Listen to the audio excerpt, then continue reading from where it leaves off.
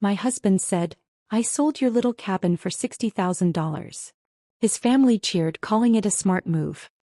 He looked at me and said, "The money for this dinner? It's from the cabin sale. At least one meal is covered." I just stayed quiet. Then the buyer's lawyer called, screaming, "Why are the authorities at our office?" Something didn't feel right. The Whitmore family dinner was in full swing when Owen stood up, tapping his fork against Margaret's best crystal.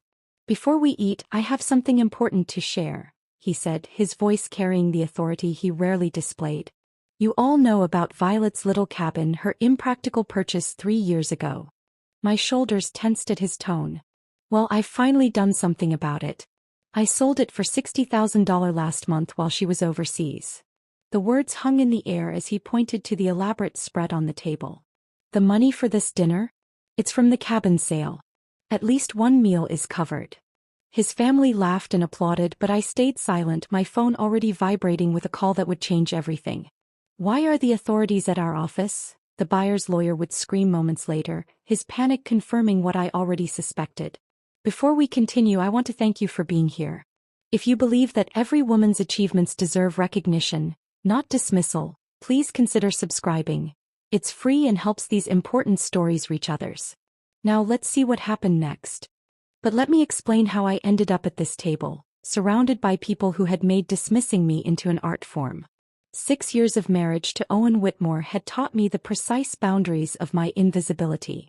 That morning, like every morning, I had risen at dawn to prepare his coffee, 2 sugars, no cream, while he scrolled through his phone at our kitchen table.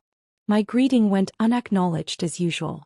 The breakfast I prepared was consumed in silence, punctuated only by the sound of his chewing and the occasional notification ping from his fantasy football group. Margaret had called while I was cleaning up, speaking only to Owen about Sunday's menu despite knowing I would be the one spending 6 hours in the kitchen preparing her complicated requests. "Make sure Violet knows about the roast," she had said, as if I were hired help rather than her daughter-in-law. "And tell her not to oversalt the potatoes like last time." The potatoes had been perfectly seasoned, but in the Whitmore family my efforts were always somehow lacking. The pattern had been established early in our marriage. When I received my promotion at the consulting firm, a 30% raise and a corner office that I had earned through 18 months of 70-hour weeks, Owen's response was a distracted mumble about how it was about time I contributed meaningfully to our finances. The next evening, his brother Mason had scratched off a $50 lottery winner at that same dinner table, and the family erupted in celebration. Margaret insisted on taking photos while Richard proposed a toast to Mason's good fortune and financial acumen. The Whitmore family dynamics revealed themselves through 1,000 small cruelties that had accumulated like sediment over the years. Margaret consistently forgot to set a place for me at holiday dinners until Owen noticed and mentioned it. Richard discussed finances with Owen while I sat right there, invisible as furniture, even though my salary had exceeded Owen's for the past 2 years. Mason borrowed money he never repaid, always joking that I probably tracked every penny in a spreadsheet, which I did, though not for the reasons he assumed. During their weekly family dinners, my accomplishments became footnotes while Owen's mediocre sales numbers were dissected and praised as if he were revolutionizing his industry. The month I landed a $1 million contract for my firm, the dinner conversation focused entirely on Owen closing a deal worth less than my monthly commission. When I mentioned my achievement, Margaret had said, "That's nice, dear," before immediately asking Owen about his prospects for the next quarter. These patterns had driven me to create my own small rebellion. 3 years ago, I had opened a savings account that Owen knew nothing about. Every freelance project I took on, every lunch I skipped, every coffee I didn't buy went into that account. I watched the balance grow slowly, each deposit a small act of defiance against their assumption that everything I earned belonged to Owen by default. The cabin had been my first major purchase from that account. 2 acres of pine forest 40 miles from our suburban life, with a creaky deck overlooking a small pond. When Owen discovered it through a credit report he pulled for a car loan application, his rage had filled our house for weeks. Margaret and Richard had arrived within hours of his call, ready to lecture me about marriage being about transparency and trust. What kind of wife keeps secrets? Margaret had demanded, while Richard questioned my mental stability. But the cabin had become my sanctuary. Every Friday afternoon I drove north with my coffee and notebooks, spending weekends in peaceful silence. Owen refused to visit, calling it my midlife crisis shack. His family created a narrative where my cabin represented everything wrong with our marriage. My selfishness, my impracticality, my failure to be a proper wife. For months ago, my firm had won a major contract with a defense contractor. The assignment required someone with high-level security clearance to coordinate offices across Asia. The selection committee chose me over 12 other candidates, recognizing my expertise in international compliance. Owen's first response wasn't pride but suspicion. Why would they send a woman alone overseas? He had asked, while Margaret suggested I was abandoning my marital duties. Before leaving, I had arranged everything meticulously. The cabin's ownership had been registered with federal databases due to my security clearance, a detail that transformed my simple property into a protected asset. I left Owen detailed emergency-only instructions, automated all payments, and hired a property management service. His dismissive laugh when I explained the precautions still echoed in my memory. Now sitting at this dinner table watching Owen bask in his family's approval for selling my cabin, my sanctuary, my achievement, my freedom, I felt the phone vibrating again in my pocket. Harrison Blackwell, the caller ID read. I had never heard of him before, but somehow I knew this call would explain why Owen's proud announcement was about to become the worst decision of his life. I excused myself from the table, stepping onto the Whitmore's back porch with my phone pressed against my ear. Harrison Blackwell's voice trembled through the speaker, describing federal agents examining documents, asking questions about property sales that required special clearances. Behind me, through the glass doors, Owen was pulling out papers from a leather folder, showing his family the details of his brilliant transaction while Margaret poured more wine. 3 years earlier, the journey to that cabin had started with a different phone call. Ruth Morrison, the elderly owner, had a voice like warm honey when she'd first described the property. It's not fancy, she'd warned. My husband built most of it himself after he retired from the railroad. But there's something special about those woods. They know how to keep secrets. I'd driven out there on a Tuesday morning when Owen thought I was at a dental appointment. The narrow dirt road wound through towering pines that filtered the October light into golden patches. When the trees opened to reveal the cabin, something in my chest uncloaked for the first time in years. 2 stories of weathered cedar siding, a metal roof gone green with age, and that deck, slightly tilted but solid, overlooking a pond so still it looked like polished glass. Ruth had been waiting on the front steps, her white hair pinned back, wearing a flannel shirt that probably belonged to her late husband. She walked me through each room, running her weathered hands along door frames and windowsills like she was saying goodbye to old friends. In the main bedroom, she stopped at a window that faced east. Harold used to say the sunrise through these pines was better than church, she said softly. I think he was right. When she named her price, it was less than market value by at least $20,000. I don't need the money, she explained, studying my face with eyes that seemed to see everything. I need to know it's going to someone who needs this place the way Harold and I did. Someone who understands that sometimes 4 walls and silence are the only medicine that works. The down payment represented 3 years of skipped lunches, declined dinner invitations, and clothes worn long past their prime. Every dollar saved had been a small act of rebellion against the Whitmore family's assumption that I existed solely as an extension of Owen. My hands shook as I signed the papers in Ruth's kitchen, using my maiden name, Violet Chin, on every line. When she handed me the keys, they felt heavier than metal should, weighted with possibility. For 2 weeks I kept my secret, driving out there alone to walk through my rooms, to sit on my deck, to breathe air that belonged to me. I fixed small things. A cabinet door that wouldn't close, a faucet that dripped. Learning from hardware store employees and YouTube videos. Each repair felt like reclaiming a piece of myself that the Whitmores had tried to erase. Owen's discovery came through pure accident. He decided to refinance his precious BMW and needed my signature on the credit application. The loan officer's computer screen faced me as she pulled our credit reports, and there it was in black and white. Recent inquiry, Pine Grove Mortgage Company. Owen's face went from confusion to comprehension to rage in the span of 3 seconds. The drive home was silent, but once we were inside, the explosion came. You bought property? Without telling me. With what money? His voice climbed with each question. Within an hour, Margaret's Lexus screeched into our driveway, followed by Richard's Mercedes.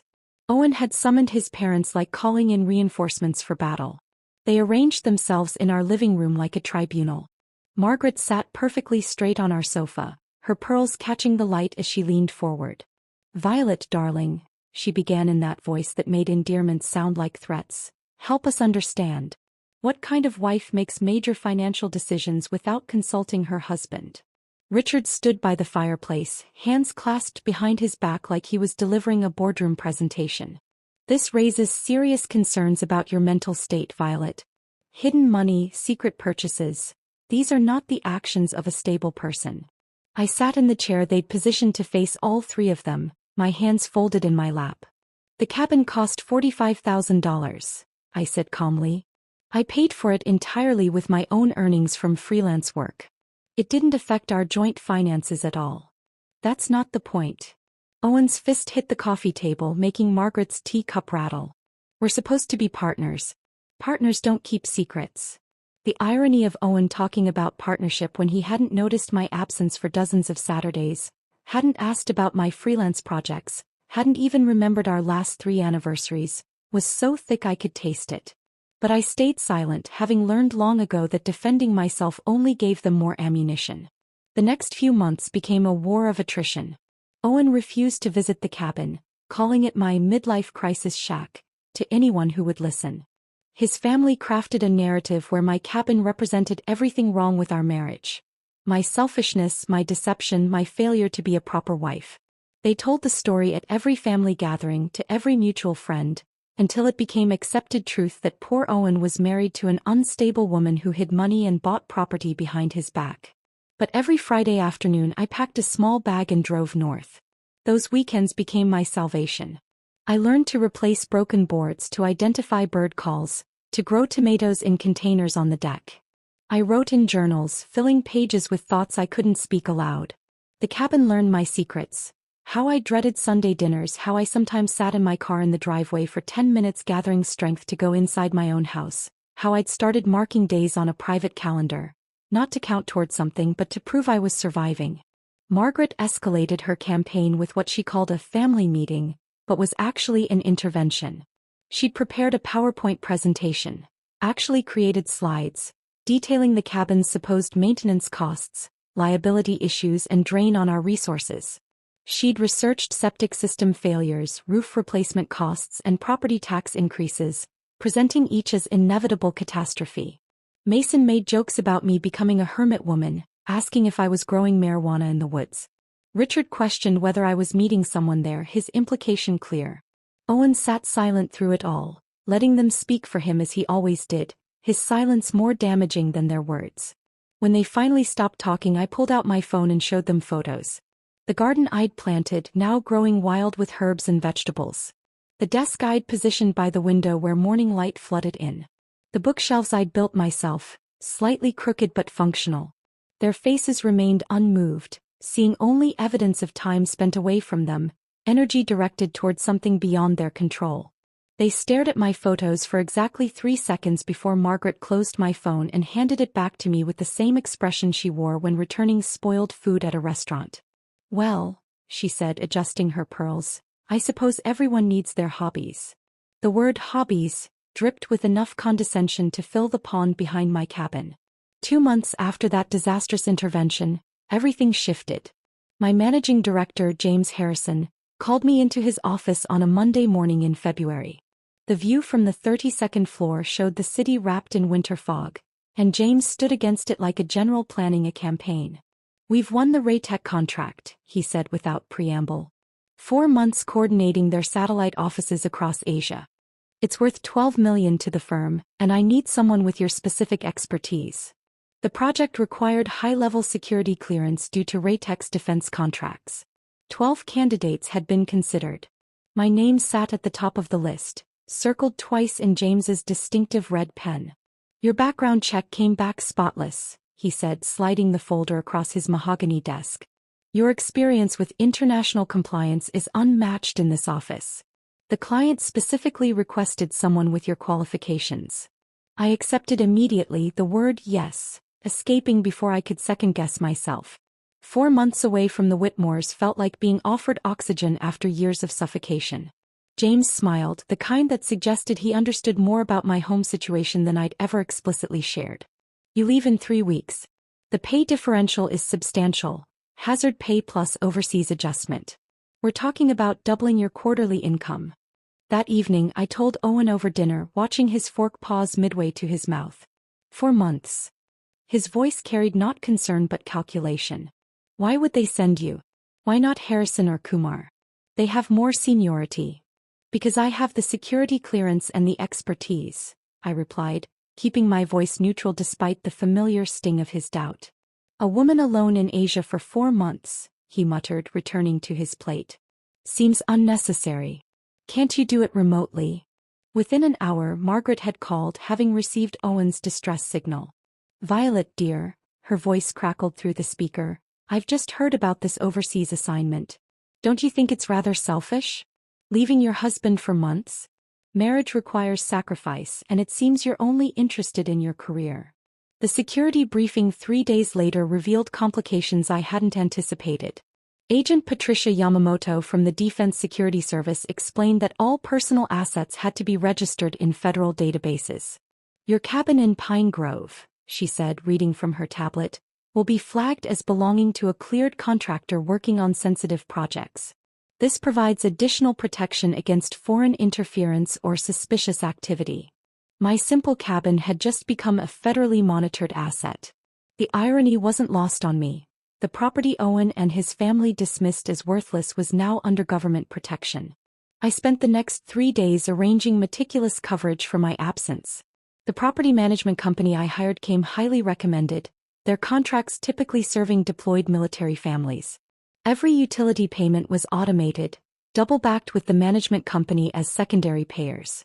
I installed security cameras that uploaded directly to cloud storage accessible from anywhere in the world. The emergency folder I prepared for Owen contained 15 pages of detailed instructions. Emergency contacts, utility companies, maintenance schedules, and explicit warnings about the cabin's federal status.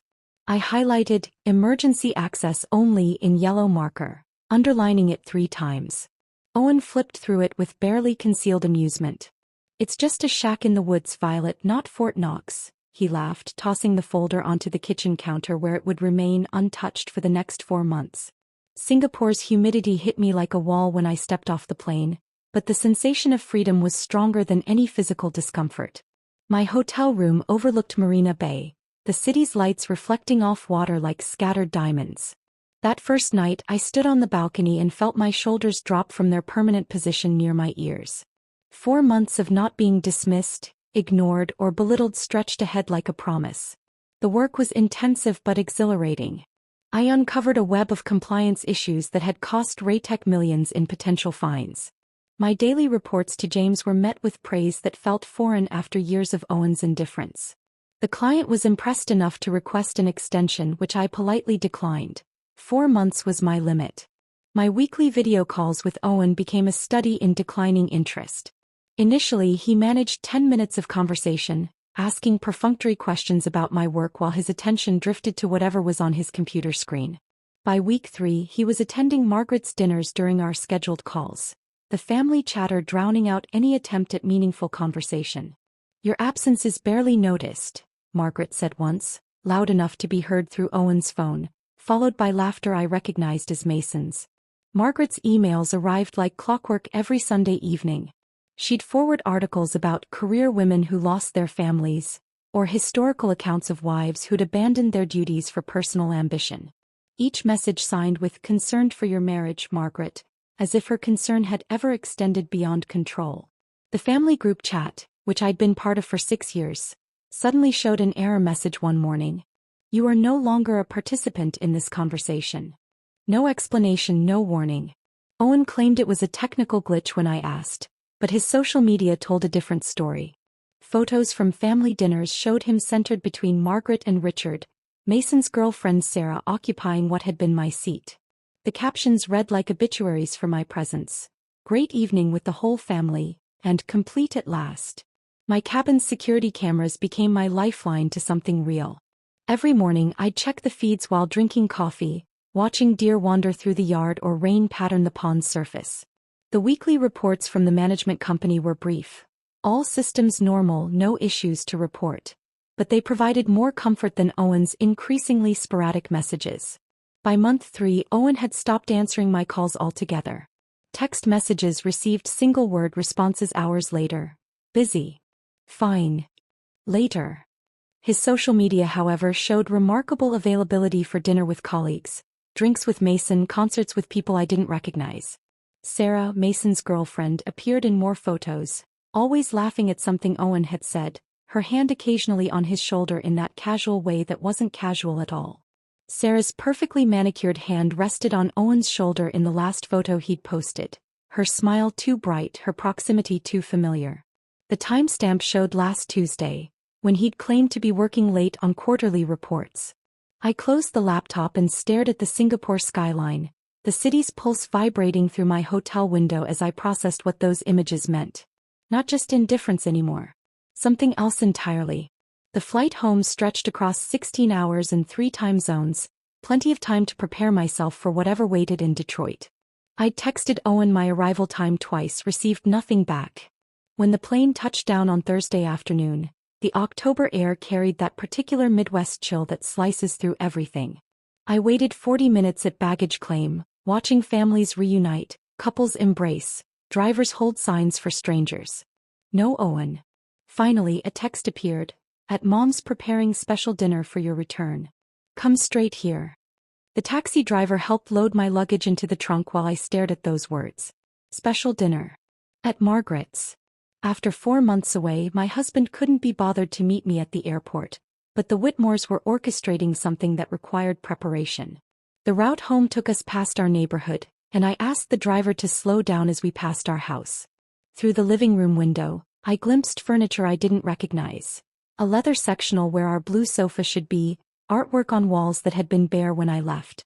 The driveway held 2 cars I'd never seen before, a BMW newer than Owen's and something sporty in red.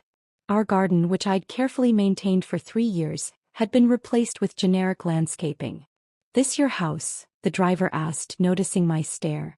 I'm not sure anymore, I answered honestly. I had him drop me at the corner, hauling my suitcase to our front door like a stranger approaching an unfamiliar home. My key still worked, but the house inside wasn't mine. The leather furniture was real expensive.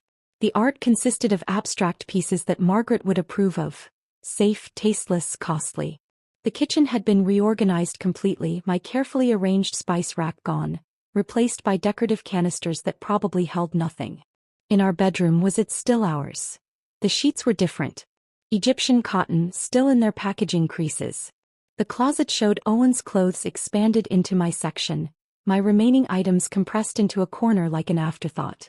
On the dresser sat a bottle of perfume I didn't recognize, definitely not mine. I left my suitcase unopened and drove to the Whitmore house, my hands steady on the wheel despite the exhaustion pulling at my bones. Their driveway looked like a luxury car dealership. Margaret's Lexus, Richard's Mercedes, Mason's Range Rover, Owen's BMW, and 2 others I didn't recognize. The house glowed with warm light, shadows moving behind curtains like a stage play in progress. The front door was unlocked. I could hear voices from the dining room, laughter that carried the particular pitch of celebration. Margaret's voice rose above the others. He handled it brilliantly. Absolutely brilliantly. I stood in the hallway listening to my absence being celebrated before stepping into view. The scene was orchestrated like a magazine spread. Margaret's heirloom crystal, the set she only used for Christmas and engagement announcements, sparkled under the chandelier. Decanters of wine that cost more than my weekly groceries stood open, breathing. Everyone had dressed for an occasion. Margaret in pearls and silk, Richard in his golf club blazer, Mason in what looked like a new suit. Owen stood at the head of the table, occupying the seat I usually took when we hosted, wearing the expression of a man who'd just won everything. Violet. Margaret's voice carried false warmth. Perfect timing. We were just about to toast. They'd arranged themselves around the table like an audience at a theater, each face holding that particular expression of barely contained excitement that preceded major announcements. Sarah was there too, seated next to Mason but angled toward Owen, her hand resting near his wine glass. Welcome home. Owen said, not moving from his position of power at the table's head. How was the flight? Before I could answer, he raised his glass, commanding attention with an authority I'd never seen him display. Actually, before we eat, I have something important to share. He paused, savoring the moment. You all know about Violet's little cabin, her impractical purchase 3 years ago. My shoulders tensed at his tone, the dismissive way he said little cabin, like it was a child's plaything. Well, I've finally done something about it. I sold it for $60,000 last month while she was overseas. The words hung in the air like a physical presence. The room erupted in applause. Richard's golf clap, Margaret's delighted gasp, Mason's whistle of appreciation. Sarah clapped too, her eyes never leaving Owen's face. Owen pointed to the elaborate spread on the table. Dishes I recognized as catered from the expensive French restaurant downtown.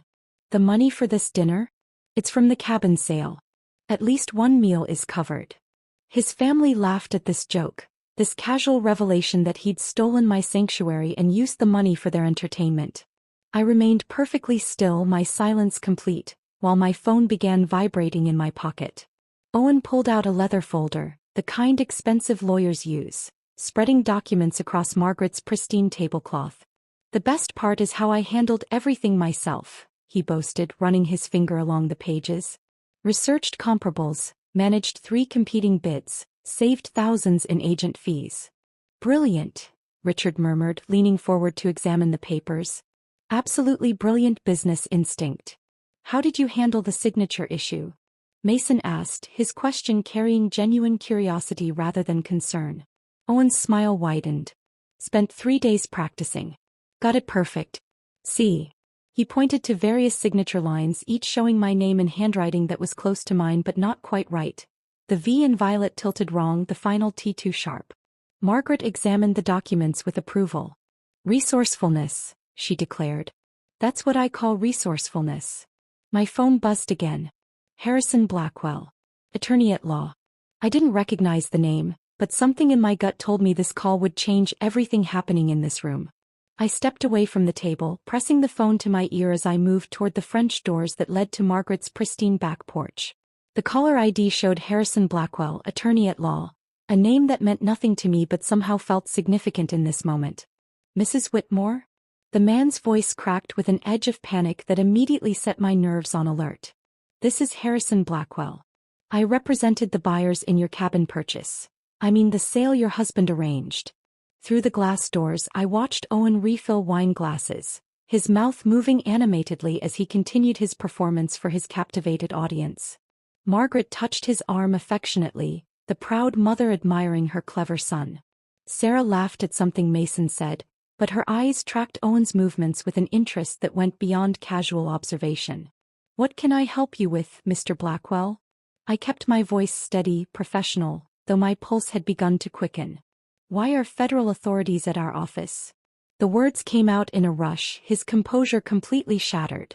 They're examining documents, asking about restricted property sales, talking about fraudulent transfers. They've seized our files. What kind of property did your husband sell us? Federal authorities. The words landed with the weight of vindication I hadn't expected. I moved further onto the porch, the October evening air sharp against my travel-worn skin. Mr. Blackwell, I've been overseas for 4 months. This is the first I'm hearing about any sale. Perhaps you should explain exactly what transaction you're referring to. The Pine Grove cabin. His breathing was audible through the phone. Your husband provided all the documentation, handled everything himself. We closed the deal 6 weeks ago. $60,000 transferred to your joint account.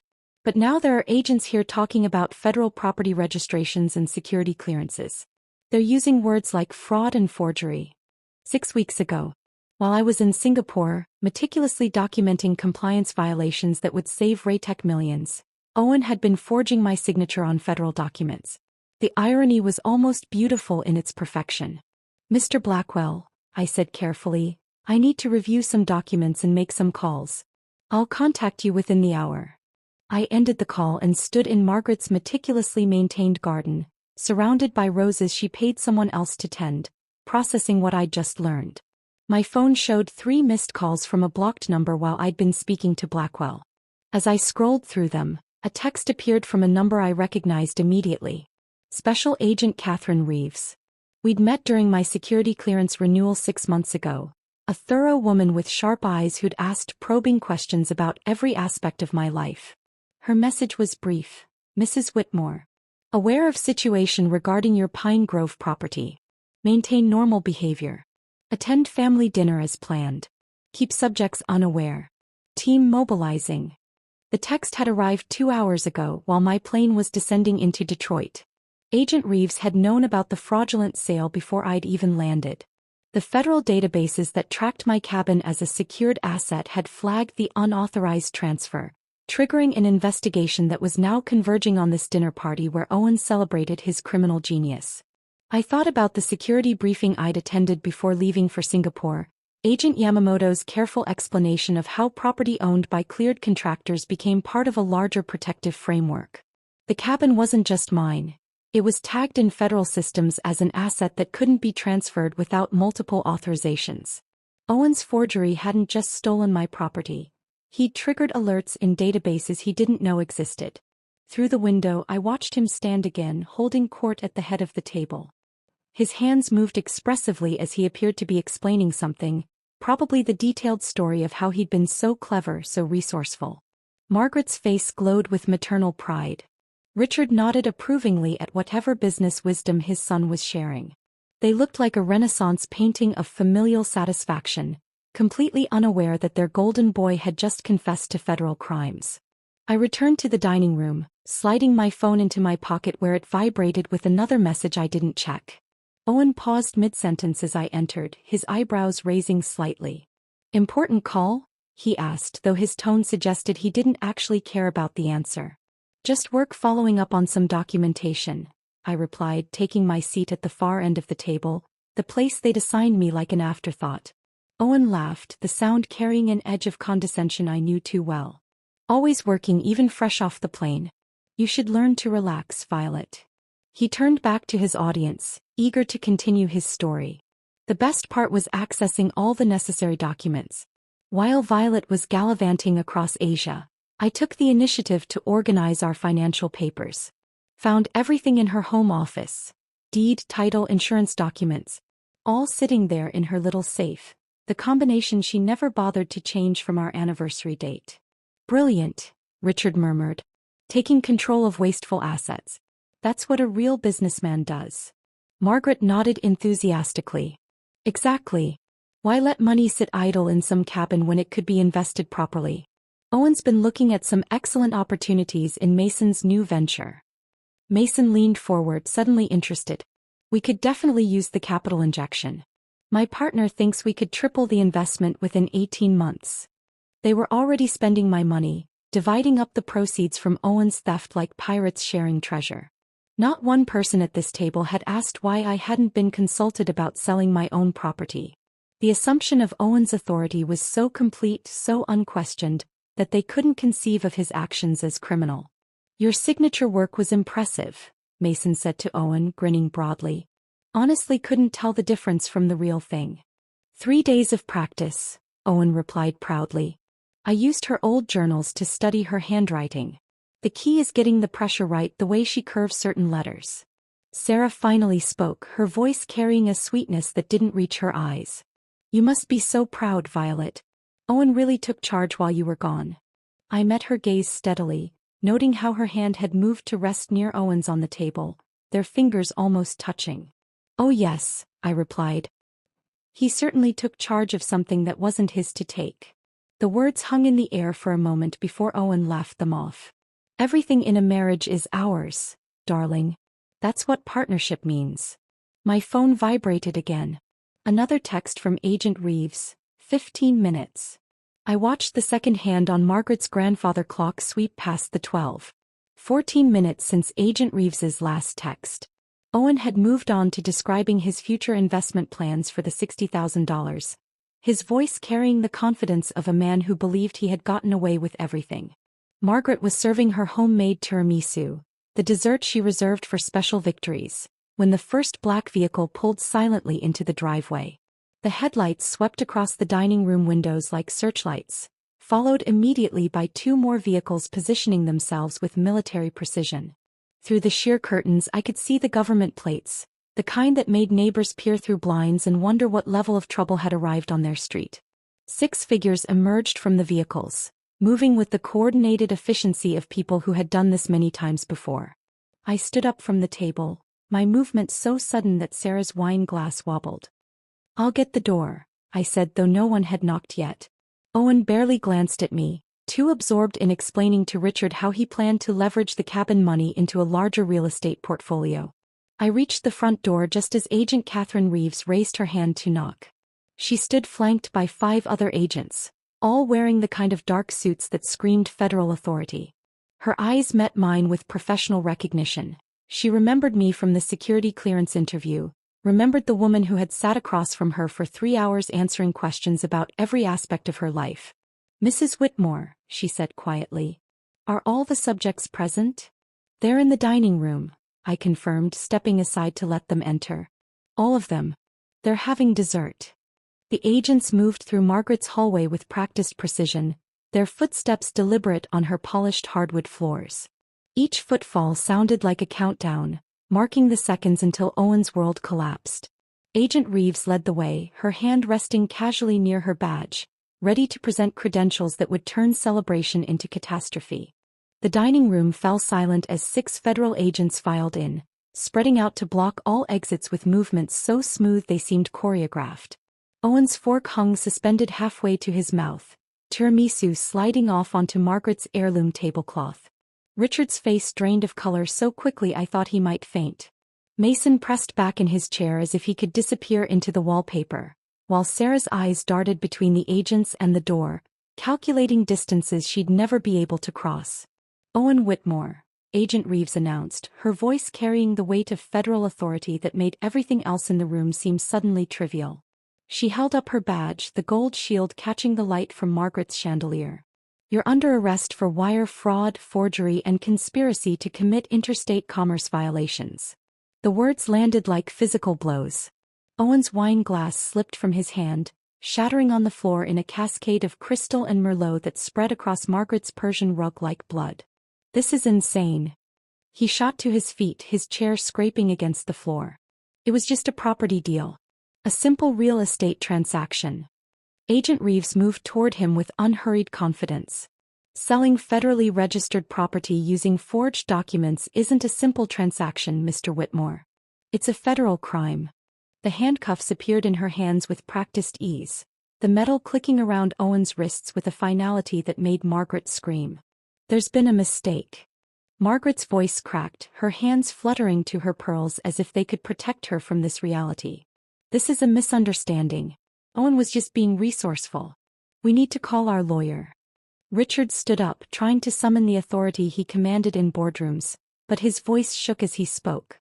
"You can't just come into our home and—" "Sir, please sit down," one of the other agents instructed, his tone making it clear this wasn't a request.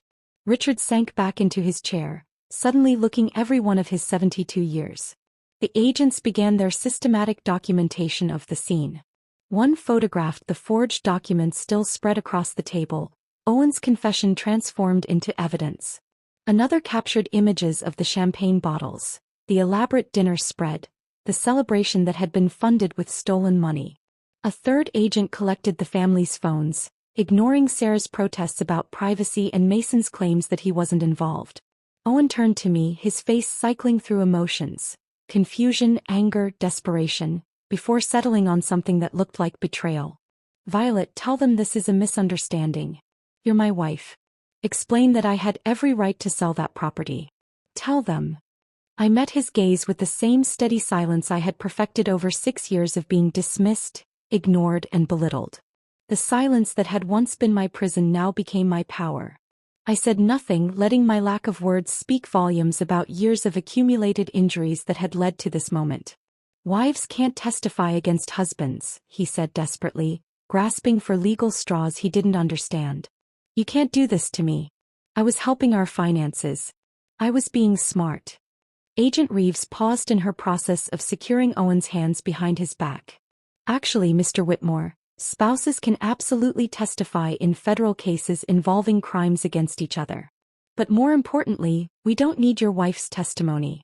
The evidence you've provided tonight, your detailed confession to your family, the forged documents you displayed, the fraudulent sale of government-registered property, that's more than sufficient.